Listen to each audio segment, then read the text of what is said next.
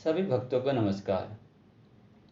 शिव पुराण के विद्वेश्वर संहिता अध्याय शिवलिंग की स्थापना, उसके लक्षण और पूजन की विधि का वर्णन तथा शिवपद की प्राप्ति कराने वाले सत्कर्मों का विवेचन के विषय में आज जानेंगे। ऋषियों ने पूछा, सूत जी, शिवलिंग की स्थापना कैसी करनी चाहिए, उसका लक्षण क्या है तथा उसकी पूजा कैसे करनी चाहिए, किस देश काल में करनी चाहिए और किस द्रव्य के द्वारा उसका निर्माण होना चाहिए। सूत जी ने कहा, महर्षियों, मैं तुम लोगों के लिए इस विषय का वर्णन करता हूँ, ध्यान देकर सुनो और समझो।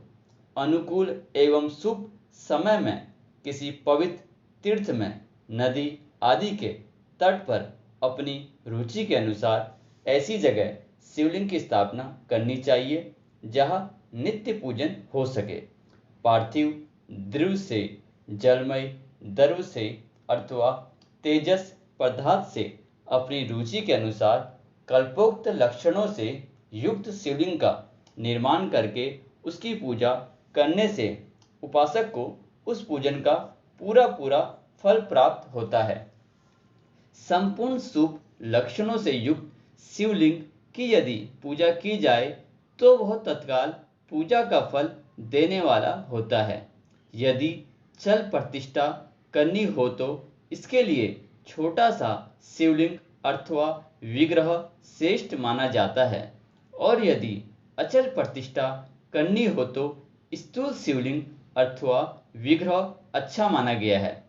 उत्तम लक्षणों से युक्त शिवलिंग की पीठ सहित स्थापना करनी चाहिए। शिवलिंग का पीठ मंडलकार, गोल, चकोर, त्रिकोण अथवा खाट के पाए की भांति ऊपर नीचे मोटा और बीच में पतला होना चाहिए। ऐसा लिंगपीठ महान फल देने वाला होता है। पहले मीठे से, पत्थर आदि से अथवा लोहे से आदि से शिवलिंग का निर्माण करना चाहिए। जिस दिव्य से शिवलिंग का निर्माण हो उसी से उसका पीठ भी बनाना चाहिए। यही स्थावर अचल प्रतिष्ठा वाले शिवलिंग की विशेष बात है। चल प्रतिष्ठा वाले शिवलिंग में भी लिंग और पीठ का एक ही उपादान होना चाहिए, किंतु बाण लिंग के लिए यह नियम नहीं है। लिंग की लंबाई निर्माणकर्ता या स्थापना करने वाले यजमान के 12 अंगुल के बराबर होनी चाहिए। ऐसे ही शिवलिंग को उत्तम कहा गया है। इससे कम लंबाई हो तो फल में कमी आ जाती है, अधिक हो तो कोई दोष की बात नहीं है। चललिंग में भी वैसा ही नियम है। उसकी लंबाई कम से कम कर्ता के 1 अंगुल के बराबर होनी चाहिए। उससे छोटा होने पर अल्प फल मिलता है, किंतु उससे अधिक होना दोष की बात नहीं है। यजमान को चाहिए कि वह पहले शिल्पशास्त्र के अनुसार एक विमान या देवालय बनवाए जो देवगणों की मूर्तियों से अलंकृत हो। उसका गर्भगृह बहुत ही सुंदर, सुदृढ़ और दर्पण के समान स्वच्छ हो। उसे 9 प्रकार के रत्नों से विभूषित किया गया हो। उसमें पूर्व और पश्चिम दिशा में 2 मुख्य द्वार हो। जहाँ शिवलिंग की स्थापना करनी हो उस स्थान के गंध में नीलम, लाल, श्याम, मरकत, मोती, मूंगा, गोमेद और हीरा, इन 9 रत्नों को तथा अन्य महत्वपूर्ण द्रव्यों को वैदिक मंत्रों के साथ छोड़ दे। आदि 5 वैदिक मंत्रों द्वारा शिवलिंग का 5 स्थानों में क्रमशः पूजन करके अग्नि में हविषी अनेक आहुतियां दे और परिवार सहित मेरी पूजा करके गुरु स्वरूप आचरण को धन्य से तथा भाई बंधु को मनचाही वस्तु से संतुष्ट करे। याचिकाओं को जड़, ग्रह एवं भू संपत्ति तथा चेतन गौ आदि वैभव प्रदान करे। स्थावर जंगम सभी जीवों को यत्न पूर्वक संतुष्ट करके एक गड्ढे में स्वर्ण तथा 9 प्रकार के रत्न भरकर वैदिक मंत्रों का उच्चारण करके परम कल्याणकारी महादेव जी का ध्यान करे। तत्पश्चात नाद घोष से युक्त महामंत्र ओम का उच्चारण करके उक्त गड्ढे में शिवलिंग की स्थापना करके उसे पीठ से संयुक्त करे। इस प्रकार पीठ युक्त लिंग की स्थापना करके उसे नित्य लेप दीर्घ काल तक टिके रहने वाले मसाले से जोड़कर स्थिर करे। इसी प्रकार वह परम सुंदर वेर मूर्ति की भी स्थापना करनी चाहिए। सारांश यह कि भूमि संस्कार आदि की सारी विधि जैसी लिंग प्रतिष्ठा के लिए कही गई है, वैसी ही वेर मूर्ति प्रतिष्ठा के लिए भी समझनी चाहिए। अंतर इतना ही है कि लिंग प्रतिष्ठा के लिए पवण मंत्र के उच्चारण का विधान है, परंतु वेर की प्रतिष्ठा पंचाक्षर मंत्र से करनी चाहिए। जहाँ लिंग की प्रतिष्ठा हुई है वह भी उत्सव के लिए बाहर सवारी निकालने आदि के निर्मित वैर मूर्ति को रखना आवश्यक है। वैर को बाहर से भी लिया जा सकता है, उसे गुरुजनों से ग्रहण करे। वैर वही लेने योग्य है जो साधु पुरुषों द्वारा पूजित हो।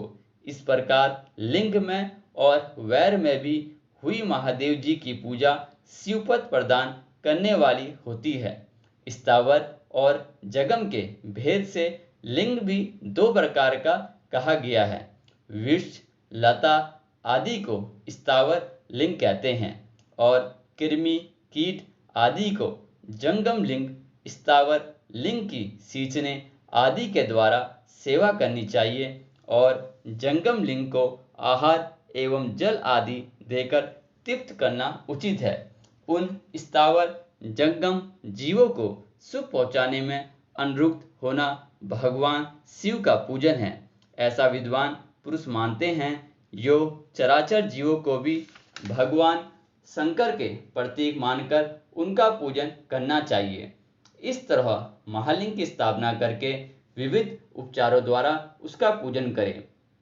अपनी शक्ति के अनुसार नित्य पूजा करनी चाहिए तथा देवालय के पास ध्वजारोपण आदि करना चाहिए।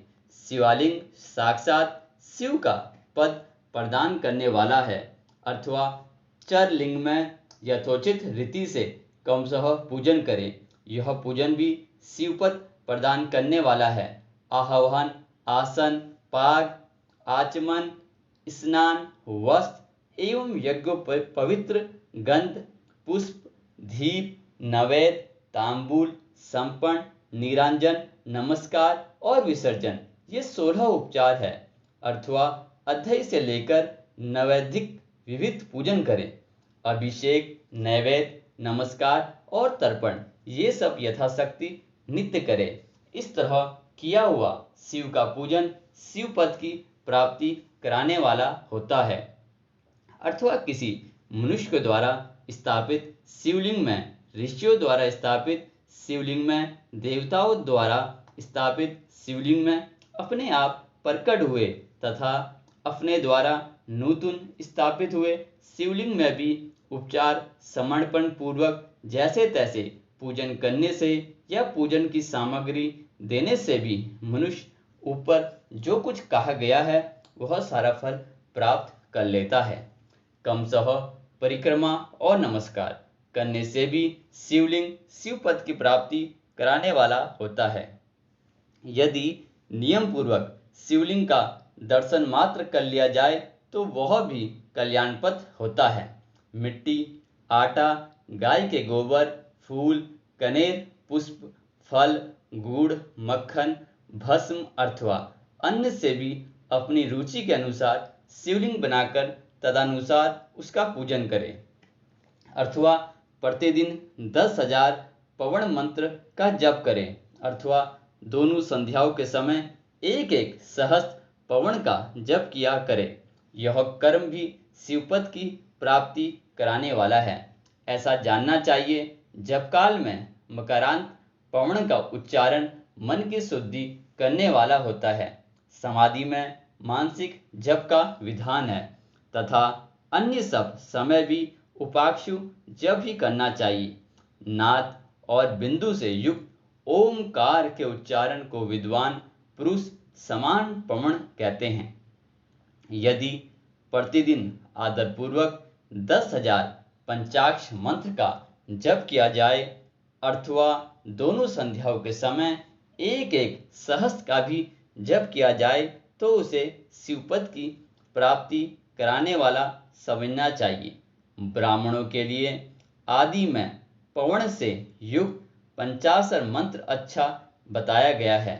कलश से किया हुआ स्नान, मंत्र की दीक्षा, माताओं का न्यास, सत्य से पवित्र अंतःकरण वाला ब्राह्मण तथा ज्ञानी गुरु, इन सबको उत्तम माना गया है। द्विजों के लिए नमः शिवाय के उच्चारण का विधान है। द्विजंतर के लिए अन्नतन में नमः पद के प्रयोग की विधि है, अर्थात वे शिवाय नमः इस मंत्र का उच्चारण करें। स्त्रियों के लिए भी कहीं कहीं विधि पूर्वक नमो नंत उच्चारण का ही विधान है, अर्थात वे भी शिवाय नमः का ही जप करें। कोई कोई ऋषि ब्राह्मण की स्त्रियों के लिए नमः पूर्वक शिवाय के जप की अनुमति देते हैं, अर्थात वे नमः शिवाय का जप करें। पंचाक्षर मंत्र का 5 करोड़ जप करके मनुष्य भगवान सदाशिव के समान हो जाता है। 1, 2, 3 अथवा 4 करोड़ का जप करने से क्रमशः ब्रह्मा, विष्णु, रुद्र तथा महेश्वर का पद प्राप्त होता है। अथवा मंत्र में जितने अक्षर है उनका पृथक पृथक 1 लाख जप करे, अथवा समस्त अक्षरों का एक साथ ही जितने अक्षर हो उतने लाख जप करे। इस तरह के जप को शिवपद की प्राप्ति कराने वाला समझना चाहिए।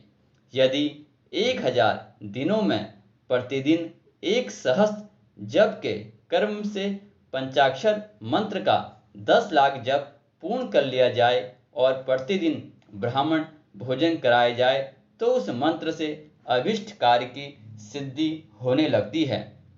ब्राह्मण को चाहिए कि वह प्रतिदिन प्रातःकाल 1008 बार गायत्री का जप करे।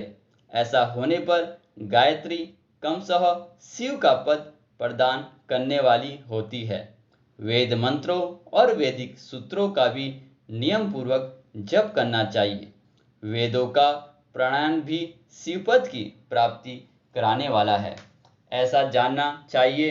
अन्याय जो बहुत से मंत्र है उनका भी जितने अक्षर हो उतने लाख जप करे। इस प्रकार जो यथाशक्ति जप करता है वह क्रमशः शिवपद मोक्ष प्राप्त कर लेता है।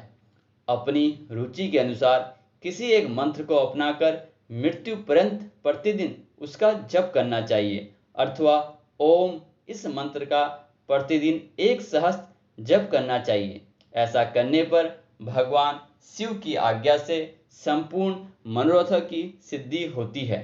जो मनुष्य भगवान शिव के लिए फूलवाड़ी या बगीचे आदि लगाता है तथा शिव के सेवा कार्य के लिए मंदिर में झाड़ने, बुहारने आदि की व्यवस्था करता है, वह इस पुण्य कर्म को करके शिवपद प्राप्त कर लेता है। भगवान शिव के जो काशी आदि क्षेत्र है उनमें भक्ति पूर्वक नित्य निवास करे। वह जड़ चेतन सभी को भोग और मोक्ष देने वाला होता है। अतः विद्वान पुरुष को भगवान शिव के क्षेत्र में आमरण निवास करना चाहिए।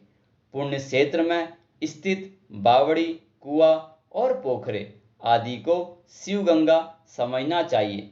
भगवान शिव का ऐसा ही वचन है, वहाँ स्नान, दान और जप करके मनुष्य भगवान शिव को प्राप्त कर लेता है। अतः मृत्यु पर्यंत शिव के क्षेत्र का आश्रय लेकर रहना चाहिए। जो शिव के क्षेत्र में अपने किसी मृत संबंधी का दाह, दशा, मासिक श्राद्ध अथवा वार्षिक श्राद्ध करता है, अथवा कभी भी शिव के क्षेत्र में अपने पितरों को पिंड देता है, वह तत्काल सब पापों से मुक्त हो जाता है और अंत में शिवपद पाता है। अथवा शिव के क्षेत्र में 7, 5, 3 या एक ही रात निवास कर ले। ऐसा करने से भी क्रमशः शिवपद की प्राप्ति होती है। लोक में अपने अपने वर्ण के अनुरूप सदाचार का पालन करने से भी मनुष्य शिवपद को प्राप्त कर लेता है। वर्णाकुल आचरण से तथा भक्ति भाव से वह अपने सत्कर्म का अतिशय फल पाता है। कामना पूर्वक किए हुए अपने कर्मों के अभिष्ट फल को शीघ्र ही पा लेता है। निष्काम भाव से किया हुआ सारा कर्म साक्षात शिवपद की प्राप्ति करने वाला होता है। दिन के 3 विभाग होते हैं, प्रातः, मध्याह्न और सायं। इन तीनों में क्रमशः एक एक प्रकार के कर्म का संपादन किया जाता है। प्रातः काल को शास्त्र विहित नित्य कर्म के अनुष्ठान का समय जानना चाहिए। मध्याह्न काल सकाम कर्म के लिए उपयोगी है तथा सायंकाल शांति कर्म के लिए उपयुक्त है, ऐसा जानना चाहिए। इस प्रकार रात्रि भी समय का विभाजन किया गया है। रात के 4 पहरों में जो बीच के 2 पहर है उन्हें निश्चित काल कहा गया है। विशेषतर उसी काल में की हुई भगवान शिव की पूजा अभिष्ट फल को देने वाली होती है। ऐसा जानकर कर्म करने वाला मनुष्य यथोक्त फल का भागी होता है। विशेषतः कलयुग में कर्म से ही फल की सिद्धि होती है। अपने अपने अधिकार के अनुसार ऊपर कहे गए किसी भी कर्म के द्वारा शिवाराधन करने वाला पुरुष यदि सदाचारी है और पाप से डरता है तो वह उन कर्मों का पूरा पूरा फल अवश्य प्राप्त कर लेता है। ऋषियों ने कहा, सूत जी, पुण्य क्षेत्र कौन कौन से हैं जिनका आश्रय लेकर सभी स्त्री पुरुष शिवपद प्राप्त कर ले? हमें संक्षेप में बताइए। ओम नमः शिवाय।